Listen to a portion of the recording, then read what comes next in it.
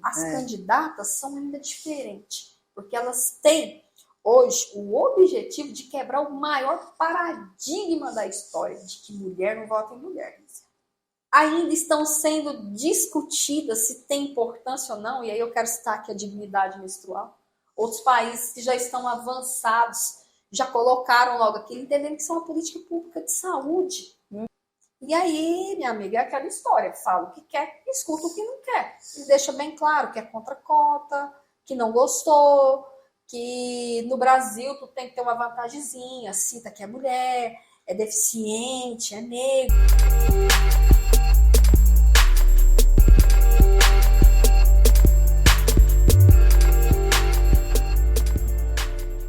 Meu povo, que hoje a conversa vai ser boa. Finalmente eu estou conhecendo essa mulher sensacional pessoalmente, Camila Rosa.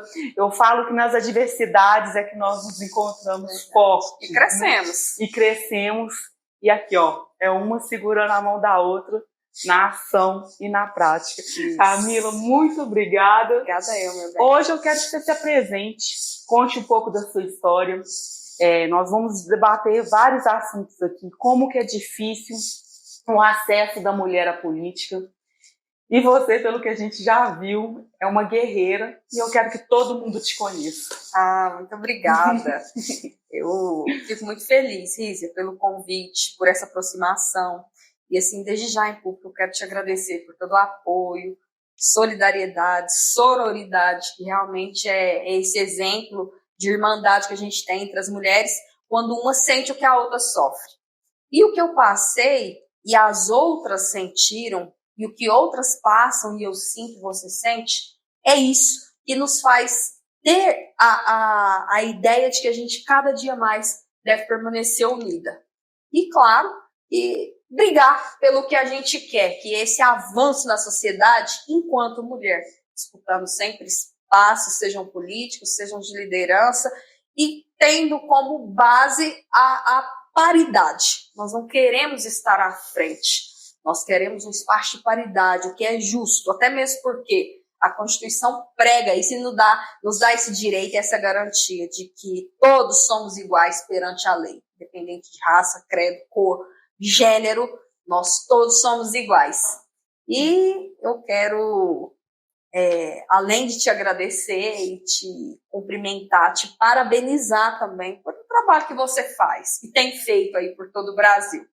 Você realmente é um exemplo do que nós mulheres precisamos de cada vez mais encontrar pessoas que estejam, além de aptas, mais instruídas, pessoas que têm o coração aberto e esse entendimento de que a gente deve encontrar mais mulheres e trazer mulheres para a rede. Eu acho que toda a experiência que você tem de vida, de estudo, são exemplos que são tão bons que eles estão reverberando na sociedade. A gente tem hoje encontrado várias mulheres que, com esses exemplos, têm assim, aberto a mente e conseguido se destacar. Eu acho que quando a gente senta para conversar aqui, vai passando um filme, né? Vai passando um filme na minha cabeça, vai passando um filme na sua cabeça, porque não é fácil a gente chegar aonde a gente quer.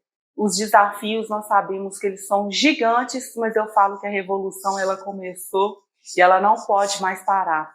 E quando a gente fala de uma revolução, Camila, eu acho que é uma revolução de empatia, uma revolução de amor e é uma revolução de informação, né? Hoje as informações, elas salvam muitas vidas e é muito importante a gente saber que quando mexeu com uma, vai mexer com outros e a gente tem que movimentar todos esses grupos que nós estamos juntos. Então eu queria que você contasse um pouquinho da sua trajetória, como foi para Camila Rosa chegar a vereadora, a única vereadora eleita em Aparecida de Goiânia. Então, nunca foi fácil. Aliás, que nada na minha vida. Eu, desde os 8 anos de idade, eu trabalho nas feiras livres. Meu pai ficou desempregado e, assim, tendo que cuidar da família, com 3 filhos pequenos, o mais novo, inclusive, meu irmão, muito doente.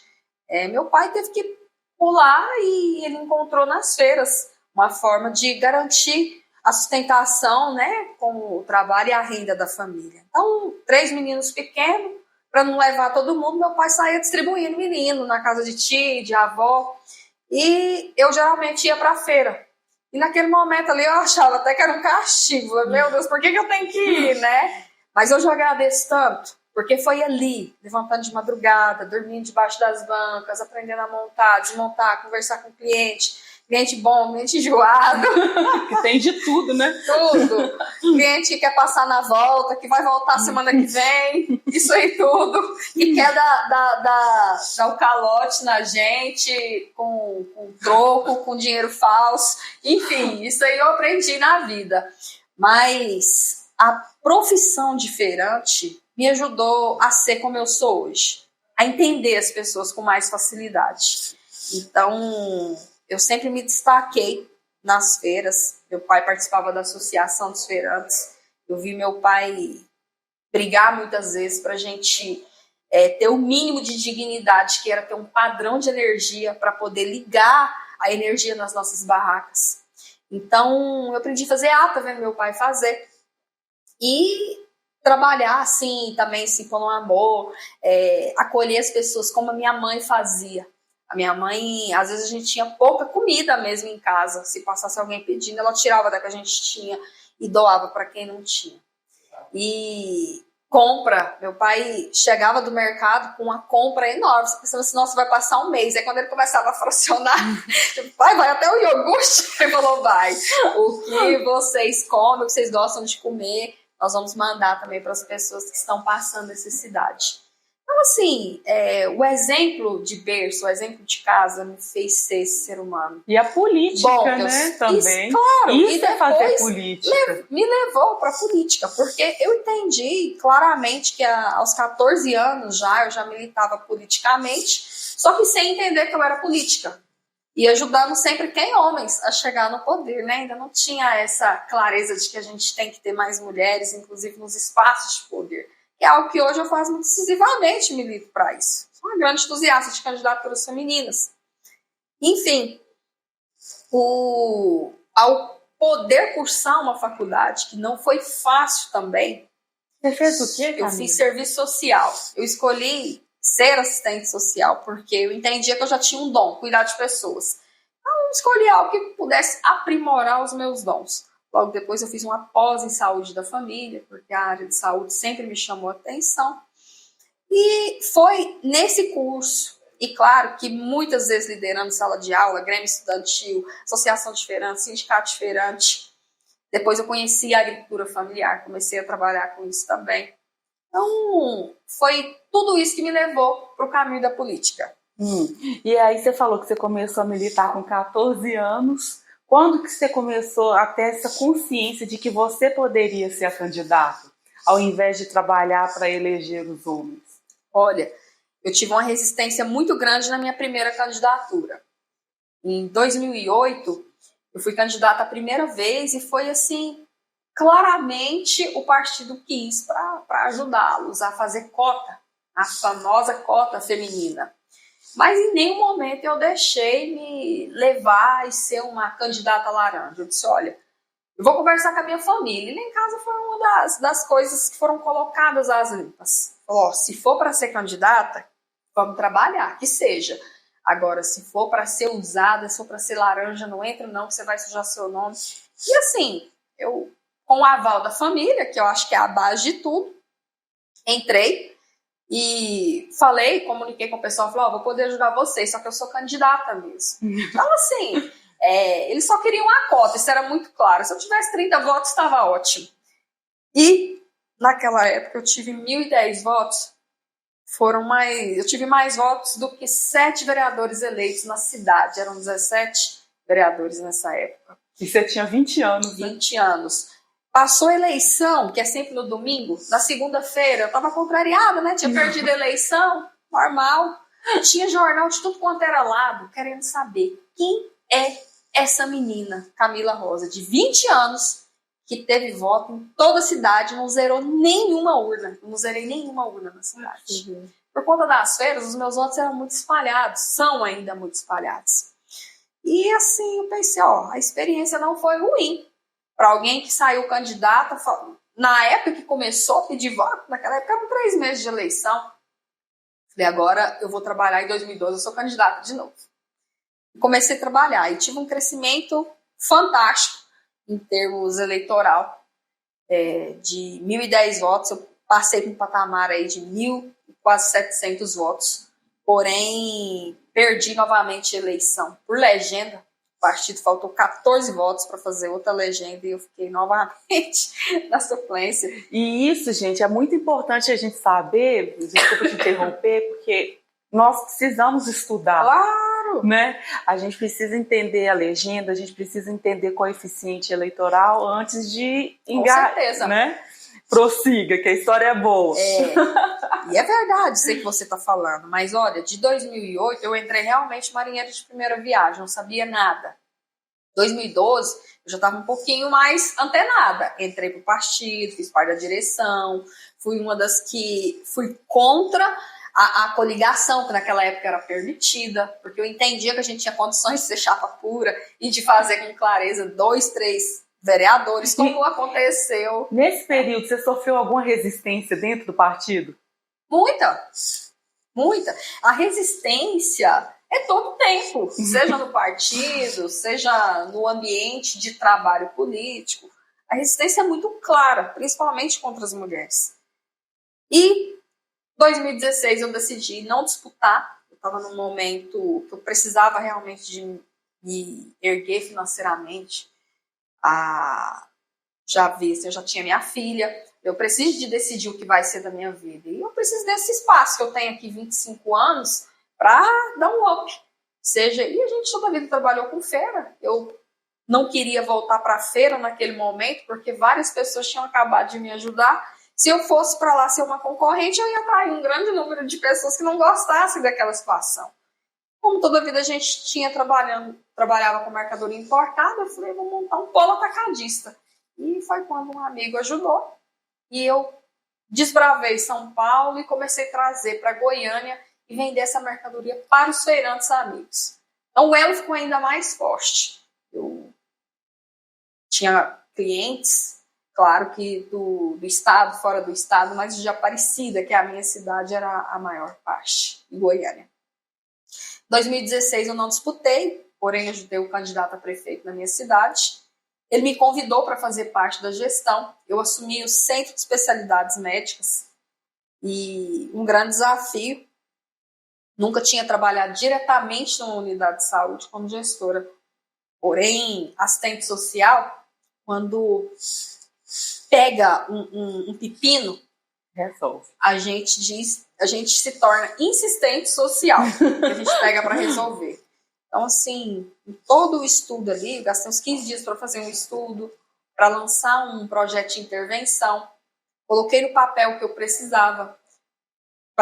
Só para ter ideia, nós tínhamos uma demanda reprimida de neurologista, pessoas esperando para consultar, de 2.000 pessoas. O sistema ligando para pessoas que tinham dado entrada no encaminhamento há 2 anos. Eu falei, gente, isso não é justo. Então chegavam pessoas assim, pediam para ir na direção, às vezes eu tinha vaga livre, eu falei assim, gente, não é possível. E as pessoas que não chegam aqui? Como que está acontecendo? Não estão sendo atendidas, você não tem que melhorar. Então, no projeto de intervenção, o que a secretaria me forneceu, que não foi 30% do que eu levei, que eu precisava, eu ainda assim, com os servidores da minha pasta lá, da saúde, fizemos inúmeros mutirões. Entramos na unidade que abria 7 horas, 3 horas da manhã, para acabar com fila de reagendamentos. Fizemos o que era possível fazer e deu certo, porque nós conseguimos reduzir esse número de 2.000 pacientes da demanda reprimida para 0. E isso foi em 2016? Isso, 17 já. Uhum. Isso a ponto da pessoa passar na unidade básica de saúde. Ela não tinha chegado em casa ainda, a central já ligava e dizia, sua consulta está marcada amanhã com o especialista tal, na hora tal, no centro de especialidades. Isso é raro, né? Isso. Nossa saúde em Aparecida de Goiânia foi pujante. É claro que não foi só por mim. A gente tem uma equipe muito boa que trabalha na saúde, que estar à frente disso em Aparecida de Goiânia. Mas eu sinto gratificada de saber que eu fiz parte desse processo. Eu acho que isso é a gente tratar com dignidade, a gente não pensar somente naquelas pessoas que chegam até a gente porque me conhece, ou porque conhece você que me conhece. A gente tem que dar esse acesso para todas as pessoas, até porque isso é direito delas. Saúde é direito de todos e é dever do Estado. Então, assim, os gestores que estão ali à frente é que lutem e se virem para arrumar, porque se ele está ali é porque o prefeito nomeou, porque confia nele. Então, foi uma experiência bacana, que soma muito no meu currículo também hoje, como humana. E aí, quando vem as eleições de 2020, as pessoas começam. Camila, você tem que ser candidata. Agora vai. Bichinho também, né? Na hora que agora vai. E isso era o que eu mais escutava na cidade, Camila. Agora vai dar certo. E era uma corrente muito positiva. Eu conversava com as pessoas, mas e aí, você acha? Acho. Mas você me ajuda? Ajudo. Então tá. Desses que disseram que ia me ajudar, talvez assim, uns 20% da hora que eu precisei mesmo ajudou, mas foi suficiente. Em 2020, nas eleições pelo PSD, eu conquistei a vaga da 10ª vereadora mais votada na cidade, dos 660 candidatos, com 2.378 votos. É muita uma coisa. Votação gigantesca, frente a vários candidatos que, inclusive, estavam ali concorrendo à reeleição, já tinha verba de gabinete, tinha um mandato, tinha estrutura diferenciada da minha. E o que eu tinha era, até uma vergonha falar, era uma equipe muito pequena, voluntários, amigos, as pessoas da feira me ajudaram muito, minha família me ajuda muito. E era essa a estrutura que eu tinha, mas eu sou uma candidata que não fiz uma carreata, não fiz uma bandeira, porque eu não tinha dinheiro mesmo para isso. E também porque eu acho que a política tem que ser feita diferente. A gente não tem que... eu vou porque eu gosto da carreata. É boa demais. É mágico ali aquele momento da gente buzinar e apoiar e tal. Mas não é isso. O candidato tem que ir para a rua, tem que conversar, tem que fazer roda de sapato. E as candidatas são ainda diferentes, porque elas têm hoje o objetivo de quebrar o maior paradigma da história, de que mulher não vota em mulher. A gente tem que, a todo tempo, estar trazendo para as rodas de conversa e mostrando que acabou essa nós, mulher, entende o que uma mulher precisa. Então, são tantas pautas hoje restritas assim ao gênero feminino que devem ser discutidas e ainda estão sendo discutidas se tem importância ou não, e aí eu quero citar aqui a dignidade menstrual. Outros países que já estão avançados já colocaram logo aqui, entendendo que isso é uma política pública de saúde. Não tem discussão. Não tem discussão. E aqui a gente ainda está discutindo se é importante ou não. Várias causas assim da saúde da mulher mesmo, e aí eu quero citar aqui a endometriose. Já é comprovado que 1 a cada 10 mulheres tem endometriose. E aí essa mulher, ela não pode ter filho, ou ela tem que conviver com a dor. O SUS não oferece o tratamento. E para ela sobreviver, ela tem que ter o quê? Qualidade de vida, um acompanhamento com uma equipe multiprofissional. Então, é muito pobre a gente pensar que ainda estão se discutindo a importância disso, de colocar uma política justa para isso, entendeu? Enfim, hoje a nossa representação feminina nos espaços de poder, e eu quero citar a Câmara Federal, o Congresso, o Senado, ela é muito mínima. Ela não chega a 13%, é 12,8%, 9%, não sei. Então, é por isso que a gente ainda está num ambiente de discutir se é salutar, se é importante ou não. E eu acho que nós estamos passando num momento ainda de desconstrução de valores, né? Eu recebo muitas mensagens de mulheres que me perguntam, Rízia, e eu queria até a sua opinião também, por que nós temos tão poucas mulheres na política? E aí nós vamos entrar na parte da violência política, que eu acho que chegou num momento que não dá mais para a gente fechar os olhos e fingir que não acontece.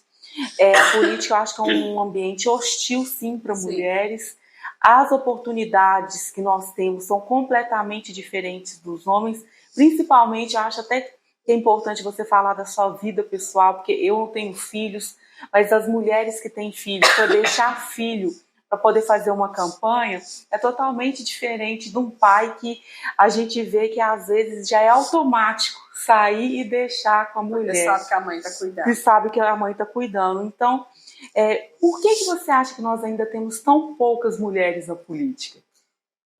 A questão de ter poucas mulheres ainda na política não está atribuída a não ter candidata. Não é isso. Nós temos excelentes mulheres hoje que colocam o seu nome à disposição para vários cargos, sejam municipais, estaduais, executivos, no legislativo, enfim.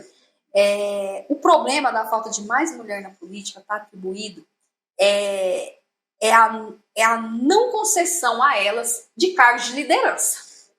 Por exemplo, essa grande empresa, ela tem 1.000 funcionários. 80% pode ter certeza que são mulheres. Dos 20%, que é a minoria, que nesse caso os homens, dos 20% eles ocupam os cargos de liderança.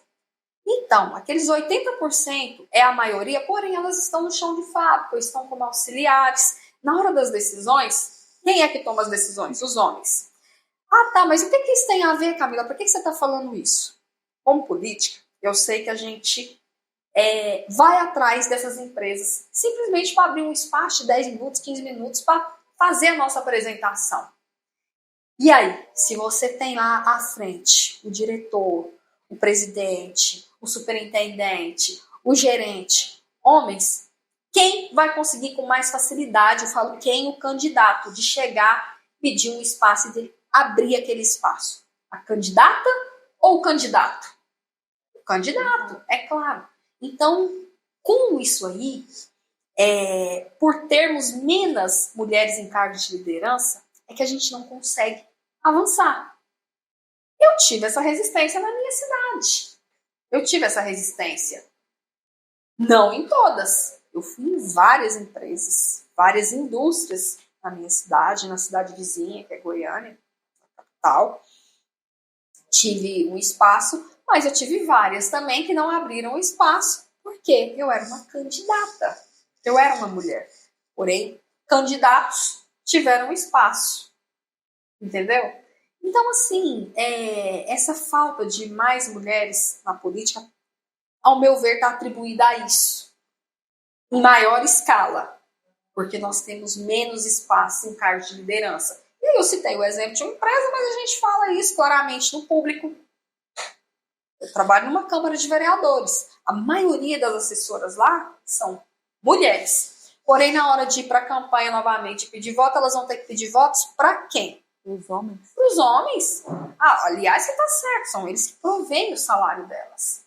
Então, é bem claro essa situação. E daí que vem que mulher não vota em mulher, né? Se a gente para pensar, hoje nós somos mais de 50% da população. 53% agora. E eleitoras. Sim. Era para a gente ter mais representatividade, né? Sim, mas não é simplesmente porque mulher não vota em mulher, não. Estrutural. É porque elas estão num espaço onde estão sendo lideradas. E é muito clara a questão de seguir o líder.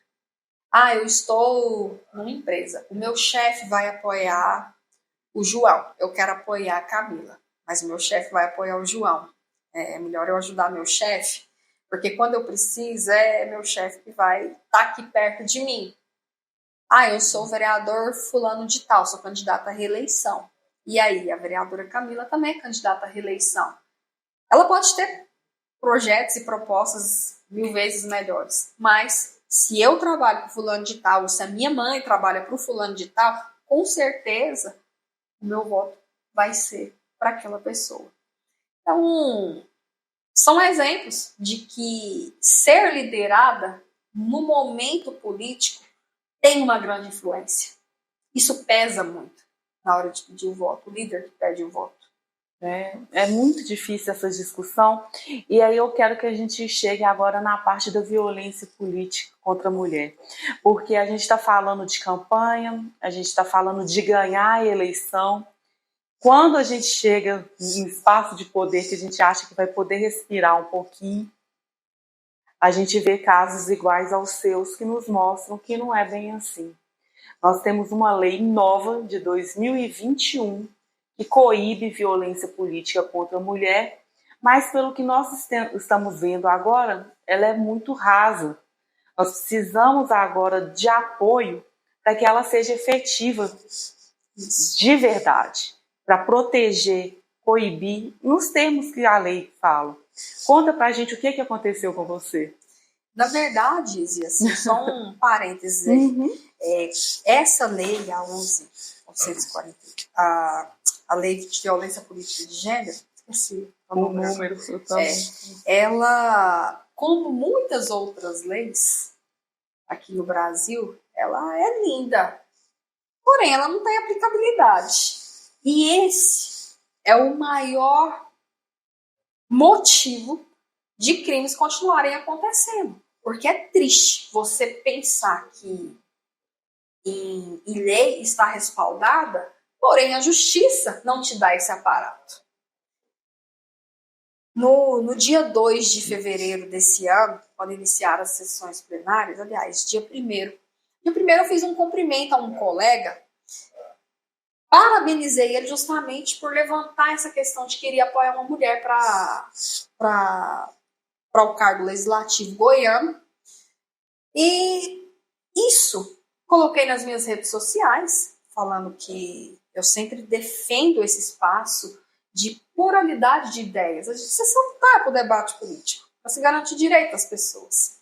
Então, na minha rede social, fiz questão de colocar isso. Eu usei o meu espaço para falar da importância da gente ter mais mulheres. E também as pessoas que representam aí várias classes subalternas na sociedade, como os negros, como os indígenas, a população com deficiências, o LGBTQIA+.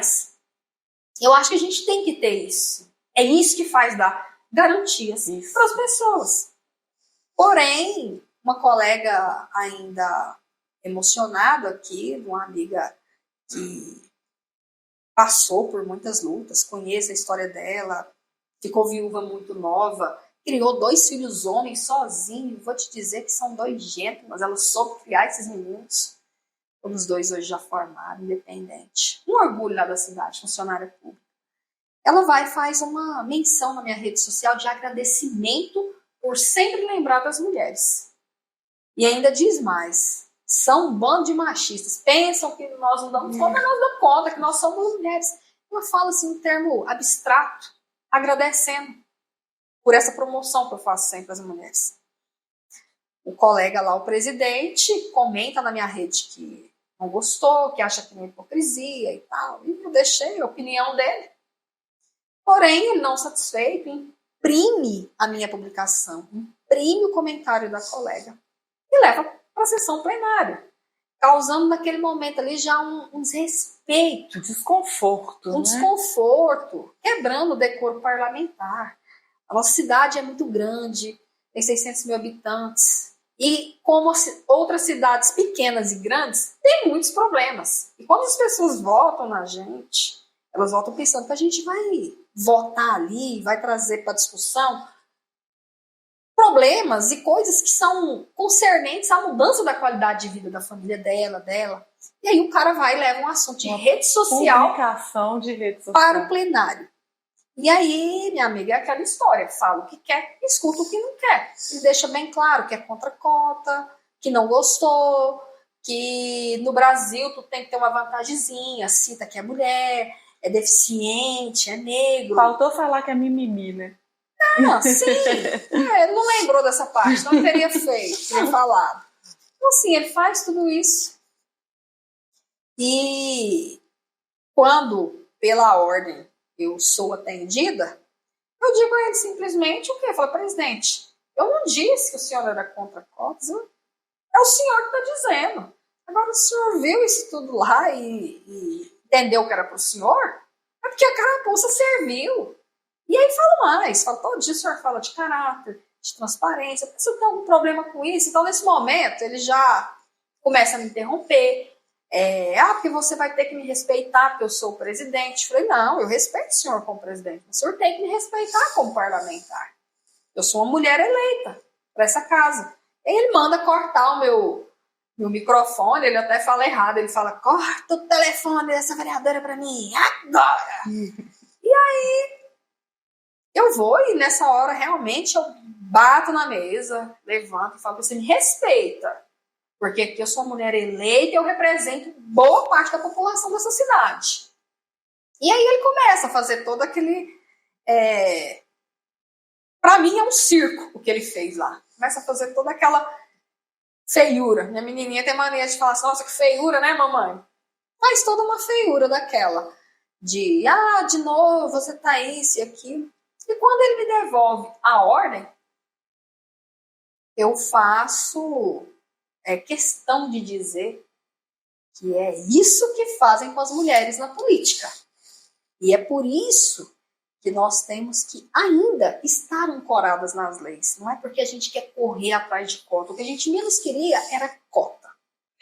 É difícil, minha amiga. Tem uma amiga que ela sempre fala o seguinte, assim, gente, será que nós mulheres não temos um minuto de descanso nesse país? E não temos mesmo. Não tem. E como se não bastasse ainda tudo o que aconteceu, da forma que aconteceu, se não tivesse sido um crime, eu não teria judicializado, a delegada não teria julgado como um inquérito apurado e mandado seguir. Não teria uma lei que, por mais que ainda não tenha uma aplicabilidade efetiva, não existiria. Então é crime, sim. E crime, gente, ele não deve ser somente abominável, não. Ele tem que ser criminalizado. E todos os dias eu incentivo mulheres, principalmente mulheres, a não se calarem diante de qualquer situação de assédio, de violência, de agressão. Então, quando acontece comigo, mais do que falar, eu tenho que fazer. Porque o que a gente faz, as nossas atitudes, elas reverberam na sociedade. E conta pra gente, depois que você passou por essa agressão, é lamentável, né? Um presidente da Câmara fazer isso que aconteceu com você. Depois que você sofre essa agressão, o que você fez? Você procurou agir? Isso. Claro, né? Seguiu para a justiça. Aí eu sofro uma violência ainda pior. Um promotor pega o caso para resolver. Quando chegou na mão do promotor, já me falaram assim, o fulano tá falando aí nos corredores aí que caiu na mão de fulano de tal e tá dizendo que a promotoria tá no bolso. Falei, então vou lá conversar com ele. Eu fui lá conversar com ele, junto com a minha advogada, e nós não fomos pedir para ele passar na frente, não fomos pedir para ele dar um veredito positivo, não fomos pedir isso. Nós fomos pedir para ele analisar o caso, além de tecnicamente, mas analisar de uma forma coerente, porque a lei é nova, ela precisava ainda de muito embasamento, de estudo, e ele, como professor universitário, isso poderia ser assim, muito decisivo, até na questão de decisão dele. Porém, ele tratou a gente assim, eu vou analisar tecnicamente e tal. Enquanto a delegada me pediu 30 dias para estudar a lei e analisar o caso, ele me pediu 3. Então, nos 3 dias, ainda seguiu com o feriado, ele já conseguiu dar uma resposta. E aí, ele só não manda arquivar o inquérito. Ele traz a opinião pessoal dele, muito falha, muito falha. Colocando lá que, por exemplo, eu me vitimizei para ganhar palco. Eu dividi a sociedade entre homens e mulheres, brancos e pretos, ricos e pobres, héteros e homossexuais. E assim, gente, esse cara, ou ele não assistiu o vídeo, ou ele tá louco mesmo, não tem como. Ou agindo de má fé. Ou, claro, agindo, homem sendo aquele homem da sociedade patriarcal que a gente conhece a vida inteira. E seguiu para o arquivamento. A gente ainda procurou o juiz para tentar falar com ele, para ele devolver para o colegiado e tal. disse que ia analisar, porém decidiu que seguisse para o arquivamento. Enfim, eu me senti a Mariana Ferrer nesse momento, que foi estuprada e que depois ainda levou deu ar a um crime novo, que era o estupro culposo. Ela foi estuprada e ela foi culpada de ter sido estuprada, porque ela estava usando uma roupa numa festa e tarará e tarará.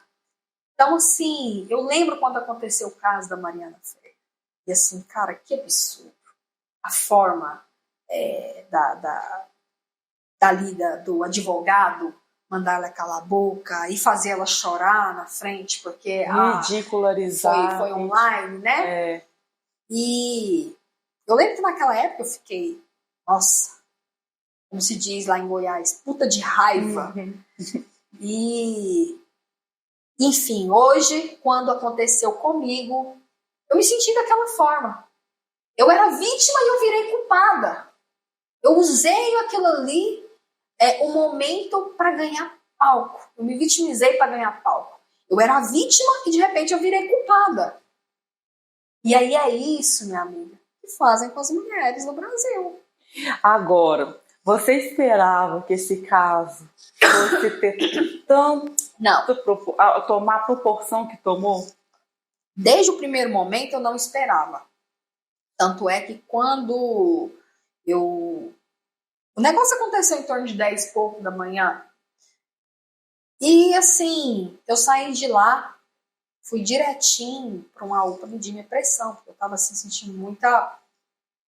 Sabe, assim, eu tava muito nervosa com tudo que tinha acontecido, da forma que aconteceu. Eu estava envergonhada, né, por não ter conseguido até conter as lágrimas ali de raiva naquele momento.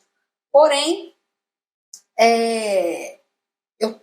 eu saí da UPA em torno de 1h da tarde, eu acredito, e o caso já tinha sido compartilhado mais de 1000 vezes. Eu falei assim, meu Deus, o que é isso? Eu tinha jornalista me ligando do Brasil inteiro, querendo saber quem eu era, o que tinha acontecido, se eu podia conceder uma entrevista. E aí eu não, sem costume com tudo aquilo ali, o que eu faço? Desligo meu telefone. Desliguei meu telefone, fui para casa, pôr a cabeça no lugar. Eu não sabia o que estava acontecendo. Camila, e sua filha nesse momento? Gente, a minha menininha, nesse dia não. Porque a ficha parece que caiu no outro dia, para todo mundo. À noite, aliás, quando eu fui para minha mãe, aí eu cheguei, eu vi assim, o clima lá em casa, todo mundo muito triste, sabe? Poucas vezes nessa vida eu vi meu pai chorando. Esse dia meu pai chorando de medo. Medo de acontecer alguma coisa comigo. Minha mãe fala assim, coração dos outros é terra que ninguém vai. Então você tem medo de quê? A gente já viu tantos casos aí, como o da Marielle Franco, por exemplo, terminou em morte. 4 anos morte da Marielle, ainda não se tem a conclusão do inquérito de quem matou, de quem mandou matar. Então assim, a gente vê casos como esse muito nítido por aí. O pessoal parece que mais do que eu até nesse momento, com medo da minha vida, prezando pela minha vida. E no outro dia a minha menininha estava com muito medo. Mas não era medo de acontecer alguma coisa com ela, igual eu tenho medo de acontecer alguma coisa com ela. Ela estava com medo de acontecer alguma coisa comigo. E aí ela virou um grude comigo. Ela não queria deixar eu sair de casa. Acho que porque lá em casa falaram assim, só a Tamires consegue segurar a Camila. E aí ela me abraçava, mãe, você não vai sair de casa. Sabe? Então, assim, isso atrapalhou muito na escola dela. Muito o desenvolvimento, as notas abaixaram. O rendimento de aprendizado dela caiu muito. E a gente atribui muito a isso. Porque a violência psicológica, ela mexe muito com a gente. Eu estava em um tratamento de tireoide. E quando aconteceu isso, eu já estava no momento de tirar, assim, o remédio. Eu tive que aumentar o dobro. E aí a gente já pensa tanta coisa junto com isso. Meu Deus, é corticóide, agora eu vou mudar muito, minhas roupas não vão me servir. E minha saúde é muita coisa. Minha mãe Minha mãe faz aniversário 16 de fevereiro. Nós nunca passamos um aniversário da minha mãe, porque o trem que ela mais gosta é churrasco, sem queimar uma carninha, nem que seja nós 5 lá de casa. Nesse ano a gente não conseguiu fazer isso, porque como foi dia 2 de fevereiro, ainda em março, que já era o aniversário da minha menininha, minha mãe não tinha pressão dela compensada todos os dias, fazendo uso de mais medicamento, fazendo, enfim, uso de paliativos para tentar compensar a pressão por conta disso. Então o baque é muito grande. O psicológico, a violência psicológica, ela é a pior violência que existe. E graças a Deus hoje, e graças a muitas mulheres que estão na Câmara Federal, conseguiram aprovar a lei de violência psicológica. Que violência psicológica é crime. Enfim, Camila, é difícil. O que te fortalece, gente? Porque eu queria que todo mundo estivesse perto, porque isso aqui é uma rocha. O que te fortalece e faz que você queira continuar nesse caminho? Olha, o apoio, principalmente todas as mulheres que eu recebi, foi fundamental. Fundamental. Pessoas assim que eu nem imaginava um dia conhecer como você, né? Ai, a gente já virou. O fato foi ruim? Claro, com certeza. Mas esse fato me aproximou de muita gente boa. Você não tem noção. E eu acho que a missão, a gente está aqui na Terra, é por missão. Senão, acho que a gente não estaria aqui. Esse não era o plano. E eu já entendi que o meu dom é cuidar de pessoas. Eu sempre fui uma militante nessa questão da causa da mulher. Mas hoje eu vejo com muito mais clareza que o meu chamado é para isso aí. Então, se eu me deixar abater, a primeira coisa que eu fiz foi criminalizar. Porque se eu falo para elas fazerem, eu tenho que fazer quando acontece comigo. Primeiro. Segundo, não me deixar abater.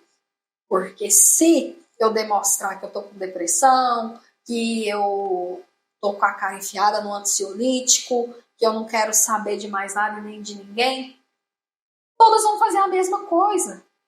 Porque nós falamos agora em o quê? Que líderes são liderados por líderes. Então, eu não posso transmitir que aconteceu isso e a vida acabou. Não. A gente tem que realmente mostrar, até mesmo porque eu quero mais mulheres na política.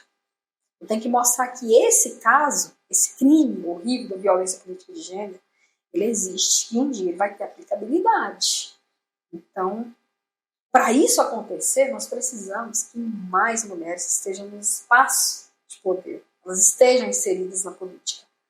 Para quando a gente ter força ali de realmente tete a tete, e aí a nossa briga é pelos 50%, paridade mesmo de gênero, que a gente consiga realmente pôr o negócio para valer. Então, o apoio de outras mulheres, saber que os depoimentos que eu recebi de dizer não abaixa a cabeça, eu me espelho em você, eu vi seu caso, eu fui lá e judicializei também, eu ouvi isso. 2 dias, 3 dias, não sei, depois que aconteceu comigo, aconteceu com a vereadora Artêmia. Em Goiás também. Acontece todos os dias, né? O presidente também ameaçou ela, falou assim, vereadora, eu vou desligar seu microfone, que você, não sei, não lembro mais, acho que falou que ela estava fora do assunto, ele não concordava com as palavras dela. E aí falou assim, eu vou desligar o seu microfone. Ela falou, desliga, faz igual o presidente lá da Câmara de Aparecida, faz igual o caso da vereadora. Virou jurisprudência. E aí, sabe o que ele fez? Pensou 2 vezes, porque ele estava no auge da repercussão. Então, assim, são esses exemplos que a gente tem que mostrar que existem, que são problemas. Mas arquivou. Beleza, aconteceu lá em Pedreiras, Maranhão também, com a vereadora Kátia. Foi arquivado também. Porém, agora a gente teve uma notícia excelente. Entrou uma juíza lá e o negócio. E ela ofereceu a denúncia. Talvez vai entrar um em Goiás assim também. A gente tem o importante é a mudança. Claro. Né? Uhum. Camila, vale a pena? Passar por tudo isso? Passar por tudo isso. Na vida a gente tem que fazer o que a gente gosta. O que não vale a pena é você viver e trabalhar com o que você não gosta. Eu gosto de feira, eu gosto da agricultura familiar, eu gosto da política. Então, o que for preciso de passar por isso, enfrentar cara feia, desligada de microfone, o que for preciso de passar por isso, mas enquanto eu estiver fazendo o que eu acho que é certo, o que eu gosto de fazer, vale a pena. Vale a pena, porque o que vale a pena mesmo é você olhar para frente e ver que tem pessoas que estão se espelhando em você e querendo fazer o mesmo. Tem pessoas que estão querendo fazer o mesmo. Tamires hoje está com 11 anos, né? 11 anos. O que você espera para ela no Brasil do futuro, com mulheres iguais a gente que está aí na linha de frente? Eu espero que ela continue na linha que ela está, porque hoje ela já tem uma cabeça diferente da minha. Eu sofri calada muito tempo. Sofri calada de que jeito? Aguentar a coleguinha fazer bullying comigo. Na minha época de escola estadual, escola municipal, não tinha palavra bullying, né? Mas como eu sofria bullying, as pessoas me chamavam de feirante, de cigana. Nossa, eu achava aquilo horrível. Hoje não importaria, né? Baixinha, sardenta, eu era sardentinha mesmo. E a Tamires hoje, ela não só exemplos como esse, mas, por exemplo, ela não aceita na educação física o futebol ser concedido só para os meninos. Pega uma turma e vai para frente e fala, não, vamos jogar futebol. Futebol não é coisa de mulher. No lugar de mulher onde ela quiser. É isso. Então, é sobre isso. São as rebeliões que Tamires faz na escola. E aí Rebelião infanto-juvenil. Isso. Mas é isso que eu sei que está levando ela para um caminho de certeza. Que vai ser melhor que eu. O que a gente quer para os filhos é que eles sejam melhores que a gente. E eu acho que eu tenho, na minha condição de mãe, cobrar isso dela. Ela hoje tem um acesso melhor que o meu à educação, a uma segurança, talvez. Por mais que o mundo vai ficando cada dia pior, a gente tenta proporcionar o quê? Eu sei quantas vezes já esfregaram em mim no ônibus. Quando eu ia para a faculdade, quando eu ia para o colégio público, cara folgado, esfregando na gente mesmo. E aí eu não quero isso para minha filha. Hoje eu faço questão de levar, ou de arrumar alguém para levar para a escola, para o passeio, para o aniversário do coleguinha. Então, assim, a gente tenta dar o melhor. Aí eu digo para ela também, ela tem 11 anos, mas ela não deixa de ouvir. Ela tem obrigação de ser melhor que eu. Camila, eu queria aproveitar essa oportunidade, te agradecer. Obrigada, meu bem. Falar que você está na linha de frente. Obrigada. E nós estamos atrás. Estamos juntas, nós estamos ladeadas juntas das outras. Quando eu falo que ninguém solta a mão de ninguém, é isso aqui. Queria te agradecer sempre a disponibilidade, o carinho. Apesar de tudo que você passou e passa, você se mantém forte, você se mantém amável, você se mantém gentil. E é um orgulho saber que agora eu faço parte da sua vida. Viu? Com certeza. Eu quero que você aproveite agora e deixe uma mensagem para quem estiver assistindo a gente. Vou deixar para as mulheres, porque são para elas que a gente tem que, a todo tempo, principalmente eu que já cheguei na condição de parlamentar, é dizer que muitas já fizeram por nós, para a gente chegar até aqui. E hoje nós estamos fazendo por aquelas que a gente quer que chegue, mas a gente quer que você chegue.